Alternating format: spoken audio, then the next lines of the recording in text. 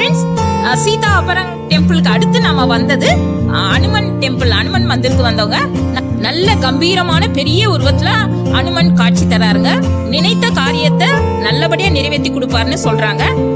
வாங்க, ரொம்ப சுவாரஸ்யமான ஒரு இடத்துக்கு இப்ப வந்திருக்கோம். இதுதாங்க சீதா குஹா இருக்கக்கூடிய இடம். பாருங்க, இங்கதான் பஞ்சவடின்னு சொல்லக்கூடிய 5 ஆலமரம் ஒன்றா இணைந்து இருக்குது. ஒவ்வொரு மரத்துக்கும் நம்பர் பிளேட் கொடுத்துருக்காங்க.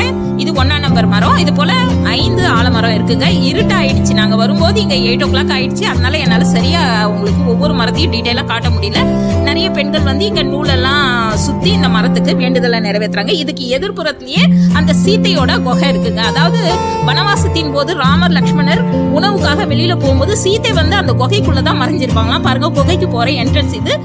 குகைக்கு முன்னாடி ராமர் லக்ஷ்மணர் சீத்தையோட சிலை வச்சிருக்காங்க. ரொம்ப குறுகலான குகைங்க. நம்ம உடம்ப வளைச்சி தவழ்ந்துதான் உள்ள போய் சாமி கும்பிடணும்.